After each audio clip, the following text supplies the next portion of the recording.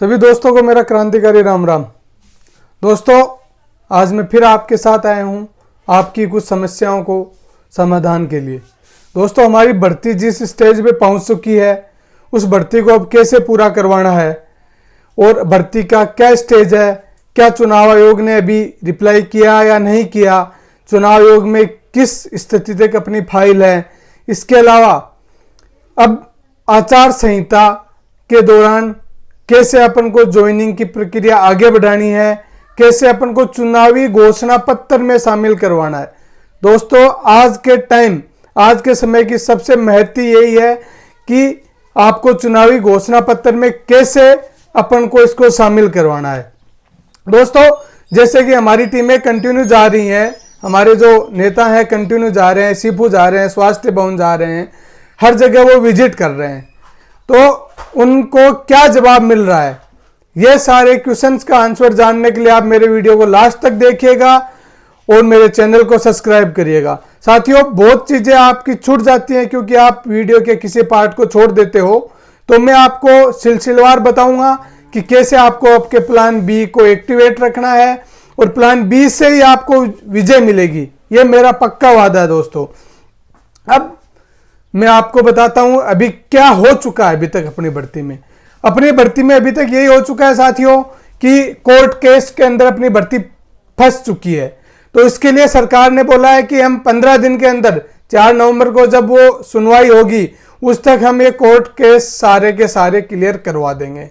लेकिन साथियों, इसके साथ ही मैं आपको एक चीज और बता देता हूं, सीएचओ का एक केस और जल्दी ही लगने वाला है, ऐसा मेरे सुनने में आया है। उनको डेट अभी नहीं मिली हियरिंग की, बाकी उनको केस रजिस्टर्ड हो चुका है, जिसका जैसे ही वो रजिस्ट्रेशन आएगा और उसमें क्या हाई कोर्ट का निर्णय आता है वो भी मैं आप सब लोगों के सामने साझा करूंगा और बताऊंगा कि उससे भी अपने भर्ती पे क्या फर्क पड़ेगा। लेकिन जब तक निर्णय नहीं आ जाता तब तक हम उसके बारे में आपको कुछ नहीं बताएंगे। इतना ही बताएंगे कि हाँ, केस रजिस्टर्ड हुआ है, ये भी मुझे अभी पता चला है साथियों। तो मैं अब आपको बताऊंगा कि अपन को कैसे सरकार को आगाह करना है। दोस्तों, आगाह यही करना है, सरकार ने, सुब्रा सिंह जी मैडम ने, सबने बोला है कि हम 15 दिन के अंदर कोर्ट, जितने भी कोर्ट केस हैं वो सारे के सारे खत्म कर देंगे। इसके अलावा इसके लिए उन्होंने बोला हमने एक अलग से टीम बनाई हुई है, हमने 4 टीम बनाई हुई है। एक टीम इसी के लिए बनाई हुई है, दूसरी टीम जिन्होंने प्रतिवेदना लगाई है, जिनके कम ज्यादा नंबर थे और उनका नंबर नहीं आ रहा था या फिर किसी कैटेगरी में थे लेकिन वो पहले नहीं शामिल, जो जिसने भी प्रतिवेदना लगाई है जिस भी रीजन से, एक उनकी जांचें कर रही है।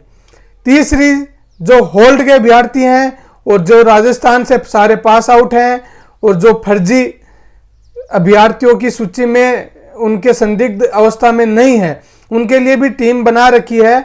वो आरएनसी में और फार्मेसिस्ट काउंसिल में या फिर जो भी संबंधित काउंसिल है उन काउंसिल में उन भर्तियों के बारे में, उनके अभ्यर्थियों के सारे डॉक्यूमेंट्स की जांच करेगी।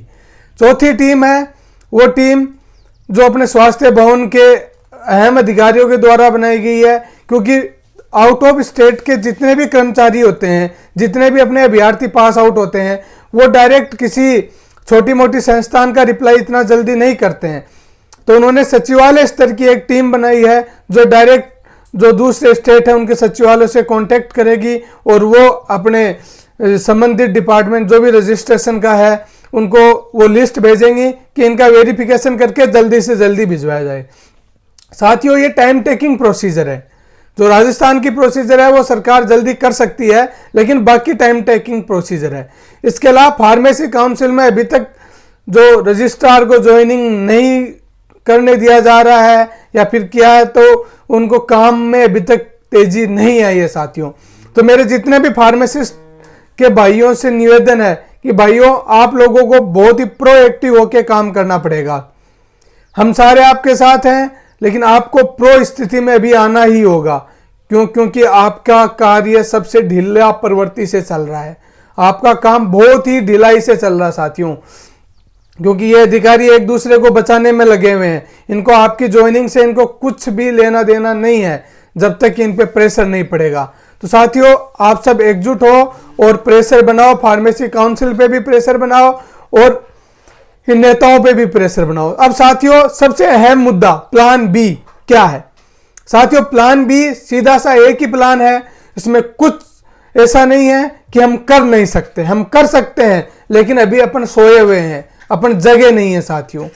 जब जीतन राम मांझी अकेला इंसान था, उसने पूरे पहाड़ को तोड़ के उसमें से रोड बना दी थी साथियों बिहार का। उसमें इतनी हिम्मत थी, उस अकेले ने पूरे पहाड़ को तोड़ के रोड बना दी। तो आप तो हजारों की संख्या में हो, आप 8 भर्तियों के अभ्यर्थी हो, ANM, GNM, ECG, LT, pharmacist और भी जो 8 भर्तियां हैं सारे एआरजी वाले, सारे के सारे एक साथ आ जाओ साथियों। और अभी तो सभी पार्टियों की टिकटों की भी घोषणाएं हो चुकी हैं और नेताएं आपके घरों पे दर दर आ रहे हैं, वो ठोकरें खा रहे हैं आपके घरों में। साथियों आपको उन पे दबाव बनाना है। और दबाव क्या बनाना है? अब देखो भर्ती प्रोसीजर है वो तो चल ही रहा है, आपको दबाव यह बनाना है कि घोषणा पत्र में शामिल करवाना है। जैसे मैं आपको भी स्क्रीन पे दिखाऊंगा कि जो 2018 में इलेक्शन हुए थे उसमें राजस्थान कांग्रेस का जो घोषणा पत्र था, तो घोषणा पत्र में उन्होंने साफ साफ लिखा था कि जो भी भर्तियां हैं, भर्तियों की जितने भी कोर्ट के केस हैं वो केस को हम दूर करेंगे साथियों, कोर्ट केस को दूर करेंगे और उनकी भर्तियां हम कंप्लीट करके ही मानेंगे, कंप्लीट करके ही मानेंगे साथियों।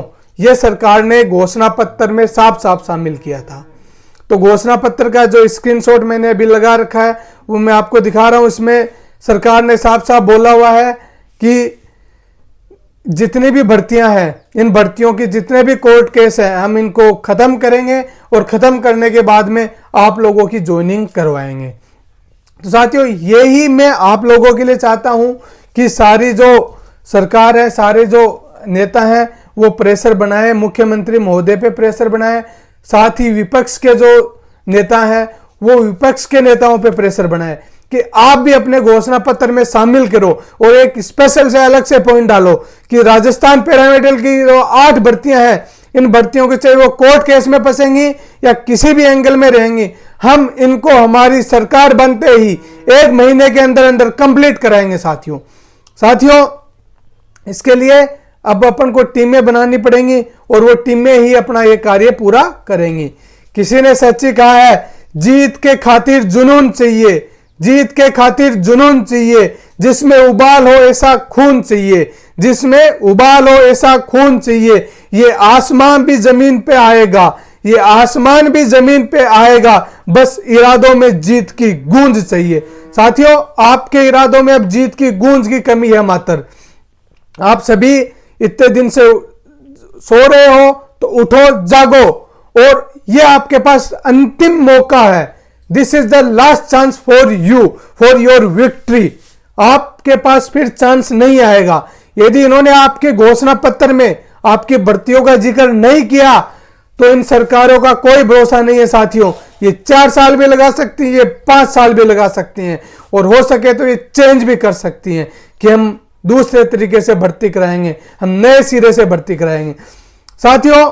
जैसे चुनाव आयोग के पास भी परमिशन देने का पूरा मौका है। क्यों? क्योंकि सरकार फाइल भेज सकती है, हमें डेंगू की क्राइसिस चल रही है और हमें अभी स्टाफ की सख्त जरूरत है, तो चुनाव आयोग को परमिशन देनी पड़ेगी।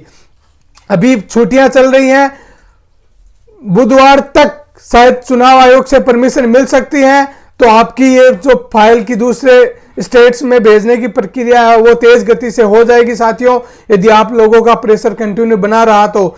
और मैंने आप सबसे बोला था कि प्लान बी के अनुसार यदि आप किसी नेता के पास जा रहे हो, आप कहीं भी जा रहे हो, तो उस वीडियो को आप शेयर करो साथियों। हम इससे सभी साथियों को जगाएंगे, उनमें इंकलाब की भावना पैदा करेंगे साथियों। आपको पता है संघर्ष के लिए किसी को न्योता नहीं दिया जाता है, खुद को आगे होना पड़ता है साथियों। तो आपको अभी कोई न्योता देने के लिए नहीं आएगा, आपको जमीर जिंदा होगा आपका, तो आप खुद आगे आओगे और खुद इन नेताओं को जगाओगे और इन अपनी भर्तियों को आप प्रक्रिया पूरी करने की गारंटी इस घोषणा पत्र में लोगे। ये घोषणा पत्र के लिए ज्यादा टाइम नहीं है, क्योंकि ये जैसे ही सारी टिकटें फाइनल हो जाएंगी, 1-2 दिन में मैक्सिमम हो जाएंगी साथियों, उसके बाद घोषणा पत्र 2-3 दिन में आ ही जाएगा। तो आपके पास कुल मिला के जोड़ तोड़ करके मैक्सिमम 5 दिन का समय है।